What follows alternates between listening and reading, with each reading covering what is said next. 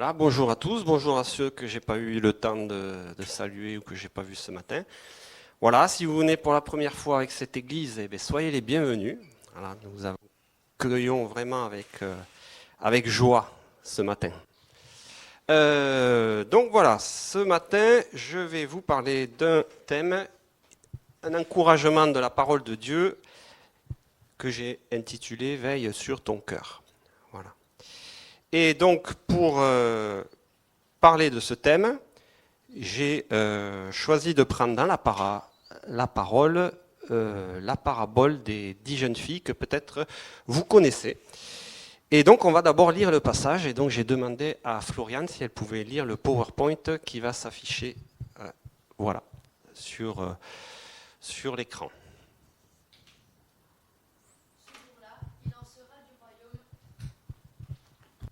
Ce jour-là, il en sera du royaume des cieux comme de 10 jeunes filles qui prirent leurs lampes et s'en allèrent à la rencontre du marié. 5 d'entre elles étaient insensées et les 5 autres étaient avisées. Les jeunes filles insensées prirent leurs lampes sans penser à emporter de réserve d'huile, mais celles qui étaient avisées prirent, avec leurs lampes, des flacons contenant de l'huile. Comme le marié se faisait attendre, elles s'assoupirent toutes et finirent par céder au sommeil. À minuit, un cri retentit. « Voici l'époux, allez à sa rencontre !» Toutes les jeunes filles se levèrent et préparèrent leurs lampes. Alors les jeunes filles insensées s'adressèrent à celles qui étaient avisées. « Donnez-nous de votre huile, car nos lampes sont en train de s'éteindre. » Mais celles-ci leur répondirent. « Non, il n'y en aurait jamais assez pour nous et pour vous. Courez plutôt en acheter chez le marchand. » Elles partirent en chercher. Pendant ce temps, le marié arriva. Celles qui étaient prêtes entrèrent avec lui dans la salle des noces, et l'on ferma la porte. Plus tard, les autres jeunes filles arrivèrent à leur tour, mais elles eurent beau crier « Seigneur, Seigneur, ouvre-nous !» Il leur répondit « Vraiment, je vous l'assure, je ne sais pas qui vous êtes. » C'est pourquoi, ajouta Jésus, « Tenez-vous en éveil, car vous ne savez ni le jour ni l'heure de ma venue. » C'est pourquoi... Merci beaucoup Floriane. Voilà, donc c'est cette parabole qui est assez courte, faut le dire, de Jésus, qui se trouve dans Matthieu au chapitre 25. Donc, juste pour rappeler le contexte où Jésus donne cet enseignement, donc c'est le début du chapitre 25, et cette parabole vient juste à la suite donc du chapitre 24, qui fait suite donc au discours de Jésus sur la fin des temps. Donc pour rappel, au chapitre 24, Jésus nous parle des signes de la fin des temps, des guerres, des famines, des tremblements de terre, etc. Il nous parle aussi de l'apparition de faux prophètes qui séduiront de nombreux croyants. Il nous parle de la persécution des chrétiens, de ceux qui abandonneront la foi. Et donc ce n'est pas un hasard si cette parabole vient juste après le chapitre 24. Voilà. Donc c'est une parabole qui est connue, je pense que vous trouverez tout un tas de commentaires bibliques et d'interprétations au sujet de cette parabole, qui essaient de trouver un sens à chacune des images, comme la lampe, l'huile, les jeunes filles, etc. Mais je ne vais pas ici rentrer dans des explications compliquées, ou essayer de trouver un sens caché à chaque verset, mais je veux vraiment m'en tenir au texte. Voilà, être fidèle, voilà, c'est la parole qui nous parle, et d'essayer d'être pragmatique. Donc déjà, à qui Jésus parle? Donc pour resituer le contexte de cette parabole, Jésus, il parle ni au maître de la loi, il parle ni aux responsables religieux, mais ici, il parle à ses disciples. C'est à ses disciples qui parle. Et Jésus avait l'habitude de parler d'une manière directe à ses disciples. Voilà, donc c'est pour ça que vraiment je veux m'en tenir au texte ce matin. Et selon vous, donc, quel est l'objectif de Jésus dans cette parabole? Pourquoi est-ce qu'il parle de cette histoire aux disciples? Donc je vais vous aider, vous l'avez à l'écran, il suffit de commencer par la fin. Des fois c'est comme ça. Si on prend le dernier verset de cette parabole, Jésus dit à ses disciples, c'est pourquoi, ajouta Jésus, tenez-vous en éveil, car vous ne savez ni le jour, ni l'heure de ma venue.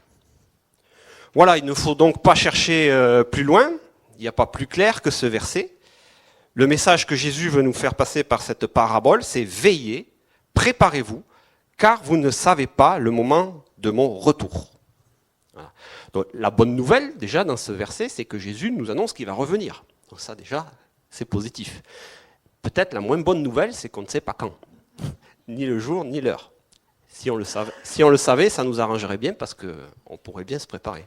Mais ça n'est pas le cas. Jésus nous dit, vous ne savez ni le jour, ni l'heure de ma venue. Alors maintenant que nous avons vu la conclusion, l'objectif de Jésus de cette parabole, nous avons commencé par la fin, regardons d'un peu plus près le texte de cette parabole.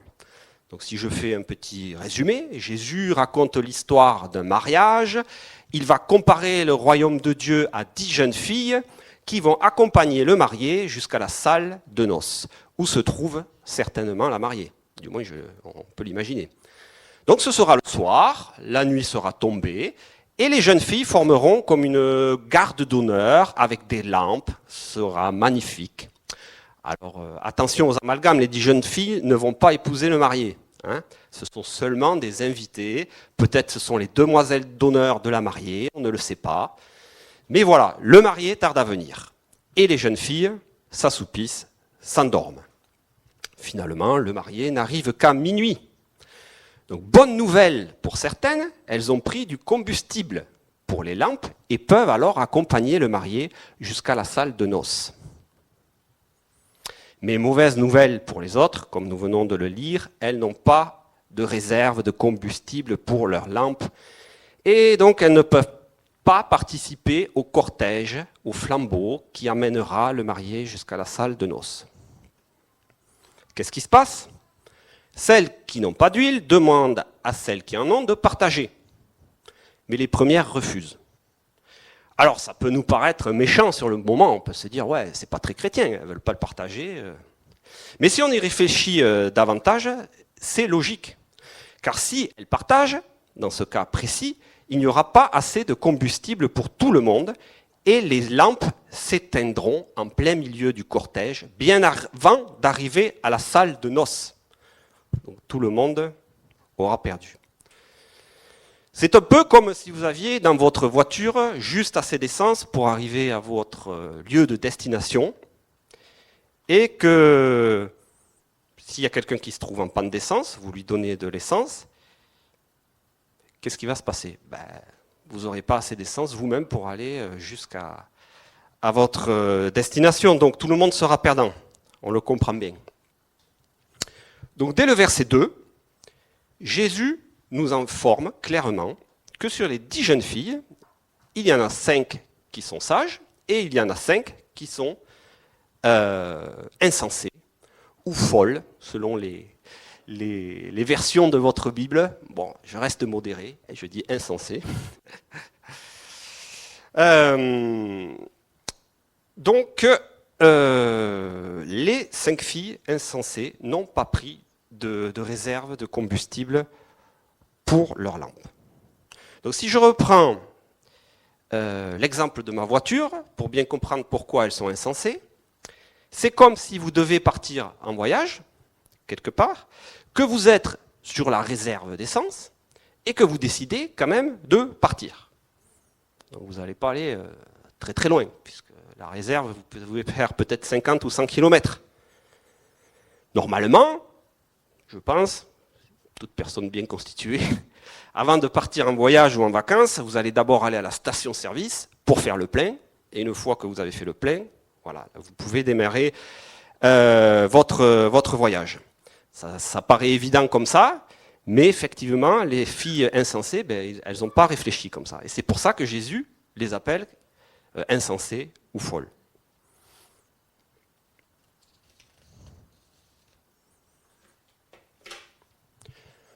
Donc, les 5 jeunes filles qui n'avaient pas de réserve d'huile pour leur lampe, qu'est-ce qui se passe ?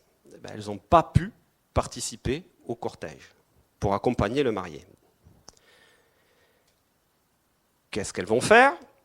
Donc les filles sages leur disent, allez à la station-service faire le plein. Enfin, allez plutôt chez le marchand pour acheter de l'huile.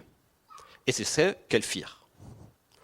Donc jusque-là, cette histoire paraît tout à fait cohérente, il n'y a aucune surprise, voilà. Mais là où cette histoire va nous interpeller, c'est sa chute. Donc les 5 jeunes filles insensées arrivent devant la salle de noces, une fois qu'elles sont allées chez le marchand pour acheter de l'huile, et la porte a été fermée. Et là, elles crient « Ouvrez-nous, ouvrez-nous, nous sommes là !» Car elles veulent bien évidemment entrer et participer à la fête.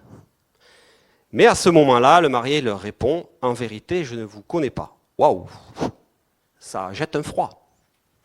Quelle déconvenue! Si on se met à la place de ces jeunes filles, c'est terrible. Vous pouvez imaginer, elles ont envie de participer à la fête. Elles entendent au travers de la porte les bruits de la fête, tous les invités qui se réjouissent avec des chants, des rires. Et là, elles restent dehors dans la nuit, sans pouvoir participer au banquet qui est donné, ni aux réjouissances. C'est terrible. Alors cela peut paraître brutal, effectivement, quand on lit ça. Mais il ne faut pas oublier que cette parabole est là pour illustrer le royaume de Dieu. Jésus commençant la parabole, comme Florian l'a lu, en disant « Le royaume de Dieu sera comme 10 jeunes filles qui prirent leur lampe et s'en allèrent à la rencontre du marié. » Donc, que veut nous faire comprendre Jésus au sujet du royaume de Dieu? Donc, il faut bien comprendre que lorsque Jésus viendra une seconde fois pour chercher les siens, après cela, la porte du royaume de Dieu sera définitivement fermée. Et il sera trop tard pour ceux qui veulent y entrer par la suite. Donc il n'y aura pas de deuxième chance, ni au tirage ni au grattage, je dirais, ni de session de rattrapage. Il sera trop tard. Et Jésus veut nous avertir de cela. Il veut qu'on prenne au sérieux sa parole.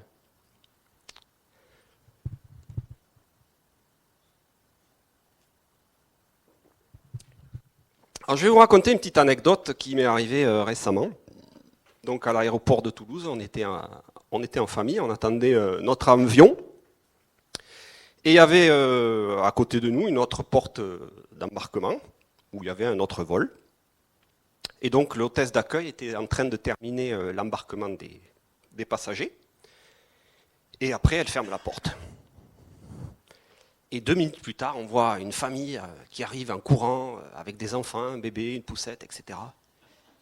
Et la scène était terrible. Je vous jure, c'était froid dans le dos. Là, littéralement, ils ont supplié l'hôtesse de les laisser passer, de rouvrir la porte d'embarquement pour qu'ils puissent monter à bord.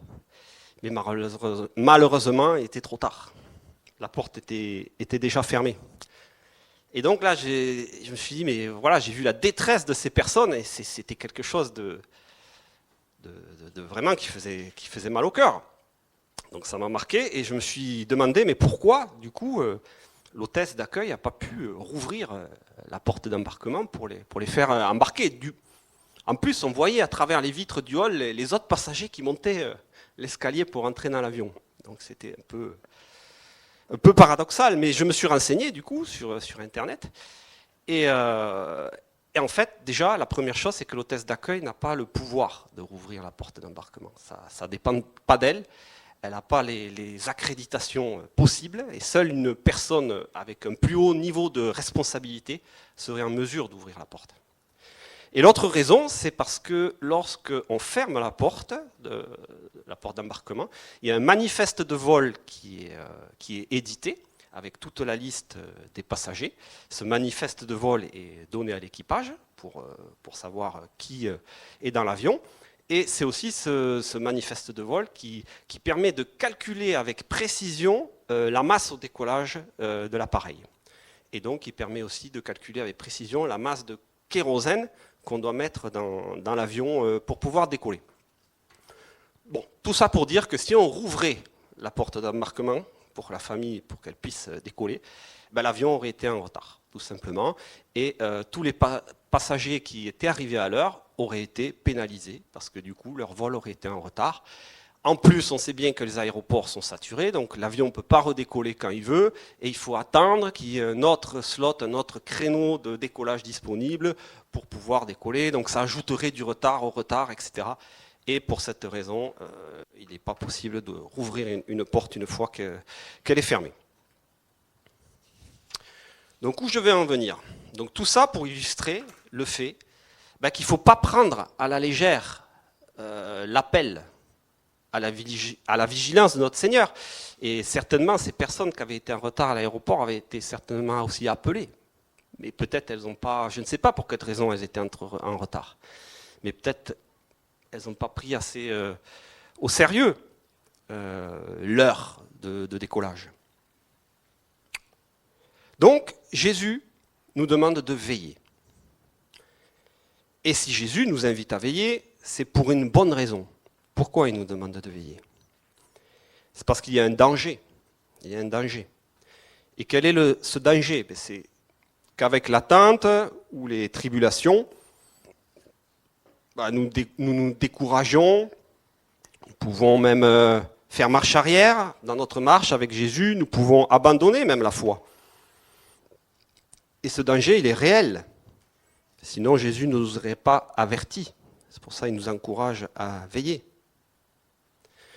Peut-être certains diront, ça fait 30 ans, 40 ans que je suis chrétien, je ne risque plus rien, moi je resterai toujours fidèle au Seigneur.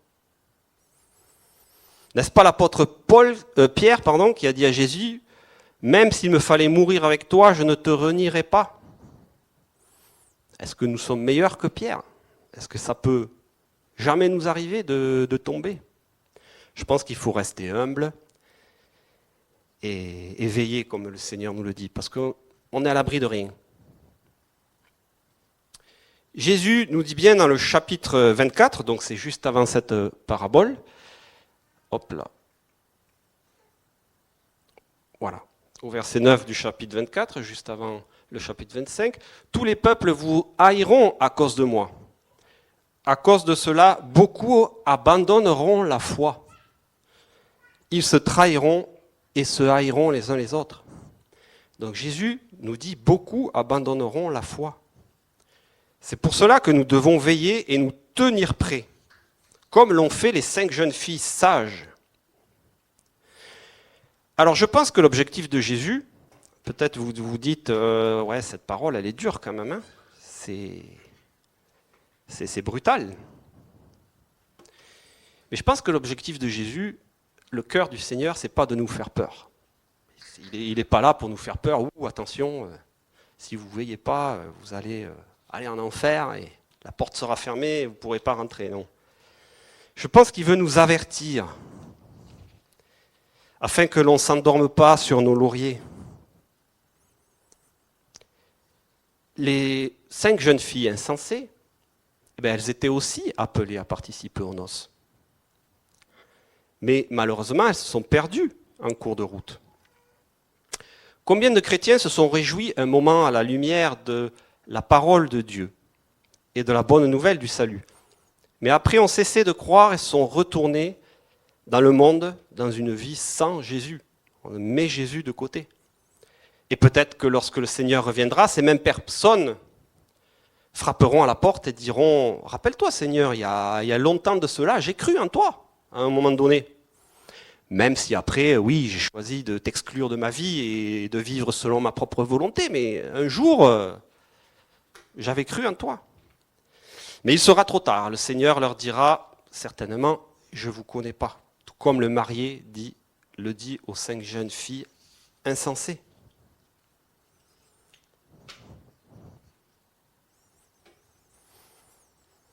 Alors, question, comment faire, maintenant on va rentrer plus dans la pratique, nous avons vu l'objectif de cette parabole, comment faire pour être prêt et rester vigilant?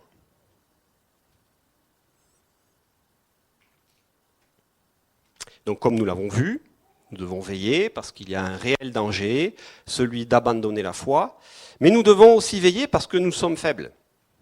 Jésus lui-même nous dira dans Marc 14 au verset 38, veillez et priez pour ne pas céder à la tentation. L'esprit de l'homme est plein de bonne volonté, mais la nature humaine est bien faible. Donc Jésus nous connaissait très bien. La nature humaine, ou autrement dit, la chair est faible. Et nous sommes donc dépendants de notre relation avec Jésus si nous voulons rester debout. Voilà, donc c'est cette relation de dépendance avec Jésus qui va faire la différence. Donc ça, c'est déjà une première piste pour nous aider à veiller. La parole, elle est claire, elle dit que nous sommes tous des pécheurs. Donc ça, sur cela, il n'y a pas de doute. Dans 1 Jean 1 au verset 8, il nous est dit, si nous disons que nous n'avons pas de péché, nous nous séduisons nous-mêmes et la vérité n'est point en nous. Donc nous sommes tous pécheurs. Alors vous me direz, si nous sommes tous pécheurs, pourquoi certains peuvent rentrer dans la salle de noces et pourquoi d'autres ne peuvent pas y rentrer? Mais la parole de Dieu nous dit aussi que Jésus connaît les siens, il connaît notre cœur. Et nous voyons dans 2 Timothée 2 au verset 19, le Seigneur connaît les siens et quiconque déclare appartenir au Seigneur doit se détourner du mal. Donc on voit bien que oui, nous sommes tous pécheurs, mais il y a une différence entre celui qui cherche ardemment à se détourner du mal et celui qui ne cherche pas cela. Donc ça dépend de l'attitude du cœur. Et le Seigneur regarde à notre cœur. Et c'est pour ça qu'il est important de veiller à notre cœur. Donc je répète, il y a une différence entre le chrétien donc, qui se sait pécheur, parce que nous sommes pécheurs, mais qui cherche ardemment à être dirigé par le Seigneur et à lui plaire. Et la personne qui, tout en se disant chrétien, pêche de manière volontaire, sans éprouver la nécessité de repentance ou le désir de suivre Jésus. Donc le chrétien, c'est une personne qui a une relation avec Jésus, nous l'avons vu, qui a une relation d'interdépendance, de dépendance avec lui, qui reconnaît Jésus comme son sauveur, mais aussi comme son Seigneur. Et ça, c'est très important. L'un ne va pas sans l'autre. Beaucoup acceptent Jésus comme sauveur, mais pas forcément comme leur Seigneur. Parce qu'en fait, elles ne veulent pas se soumettre à sa bonne volonté, à la bonne volonté du Seigneur.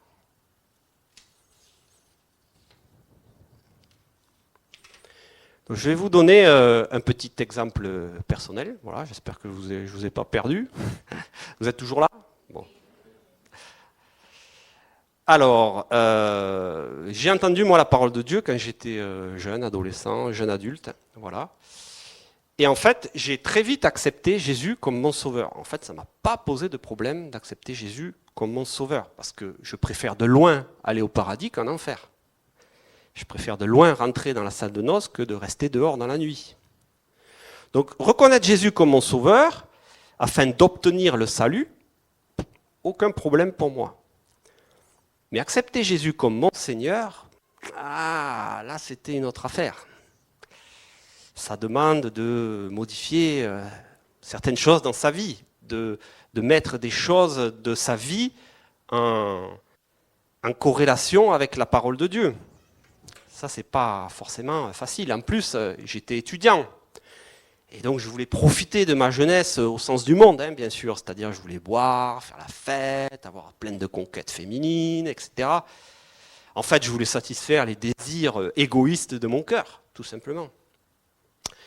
Et je me rappelle que tout en participant au GBU, pour ceux qui connaissent, c'est le groupe biblique universitaire, c'est des groupes d'étudiants chrétiens qui se réunissent pour discuter de la parole de Dieu. Donc, d'un côté, j'allais au GBU et j'aimais bien entendre la parole de Dieu, c'était quelque chose qui me plaisait. Et de l'autre côté, j'avais ma bande de copains avec qui je faisais les 400 coups.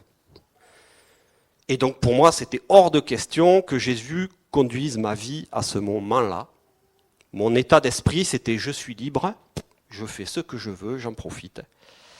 Mais voilà, avoir un pied dans la foi et un pied dans le monde, ça ne dure pas très longtemps. À un moment donné, il faut faire son choix. La parole de Dieu dans Jacques 4, verset 4, nous dit « Ne savez-vous pas qu'aimer le monde, c'est haïr Dieu? C'est fort comme parole. Aimer le monde, c'est haïr Dieu. Si donc quelqu'un veut être l'ami du monde, il se fait l'ennemi de Dieu. Et c'est peut-être ce qu'étaient les jeunes filles insensées. Elles étaient peut-être amies du monde, et donc elles se faisaient ennemies de Dieu. Alors moi, je suis vraiment content dans cette église qu'il y ait des jeunes qui veulent vraiment suivre le Seigneur. C'est une bénédiction. Quand je vois tous nos jeunes, là, les étudiants, les lycéens qui cherchent la voie du Seigneur, qui veulent aller à Teen Street pour passer des moments dans la présence de Dieu, je trouve ça magnifique et vraiment, c'est vraiment une bénédiction. Et heureusement pour moi, par la suite, le Seigneur a aussi travaillé mon cœur, je vous rassure. J'ai connu plus tard la nouvelle naissance et une véritable conversion, en tout cas je l'espère. Et aujourd'hui, j'aspire à la transformation et à la sanctification, même si tous les jours, c'est pas facile. Donc pour revenir à notre parabole, comme nous l'avons vu, qu'est-ce qui fait la différence entre les jeunes filles sages et les insensés? C'est l'attitude de cœur. C'est comment elles vont considérer le Seigneur. Les premières prennent au sérieux l'appel du Seigneur, tandis que les autres l'ont pris peut-être à la légère. Les premières sont restées fermes et fidèles. Les autres se sont égarés. Donc veillons tous sur notre cœur. C'est une des choses principales.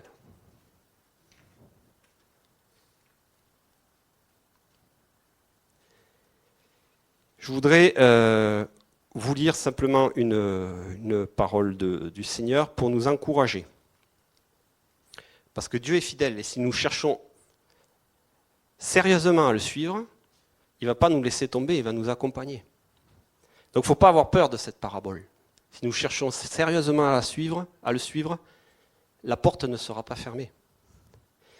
1 Thessaloniciens 5, verset 23 nous dit « Que le Dieu de paix vous sanctifie lui-même, tout entier, et que tout votre être, l'esprit, l'âme et le corps soient conservés irrépréhensibles lors de l'avènement de notre Seigneur Jésus-Christ. Celui qui vous a appelé est fidèle, et c'est lui qui le fera. Amen. » Voilà, donc nous arrivons à la conclusion de ce message. Juste donc pour conclure, les 5 jeunes filles sages désiraient ardemment participer aux noces. C'était vraiment une motivation pour elles. Elles en avaient envie, elles en avaient le désir. Quel désir motive notre marche avec Jésus? C'est une question et on va prendre 2 minutes après pour sonder nos cœurs et réfléchir à la parole de Dieu. Est-ce que nous prenons au sérieux l'appel du Seigneur? Est-ce que notre désir est ardent de le rencontrer? Alors si oui, nous allons veiller et nous préparer. Par cette parabole et tant d'autres passages dans la Bible, le Seigneur nous prévient. Le moment de la venue de Christ est secret et il viendra enlever ceux qui sont prêts. Prions pour que nous puissions tous l'être, car c'est son désir. Le Seigneur connaît les siens, comme nous l'avons vu. Et si nous lui faisons confiance, il nous rendra capables de le suivre. Voilà, et j'aime beaucoup ce proverbe, et je voudrais vraiment vous laisser avec ce proverbe aujourd'hui. Proverbe 4, verset 23. Par-dessus tout, veille soigneusement sur ton cœur, car il est à la source de tout ce qui fait ta vie. Donc c'est vraiment notre attitude, notre état de cœur que nous devons protéger. Amen. Donc je vous propose de prendre juste un temps, et 2 minutes, pour laisser la parole nous parler. Voilà. Peut-être une question, si le Seigneur venait ce soir, s'il venait cette nuit, comme le marié, est-ce que je serais prêt? Voilà, nous pouvons tous nous interroger personnellement sur cette question. Est-ce que nous prenons au sérieux la parole de Dieu? Et je clôturerai donc par la prière. Amen.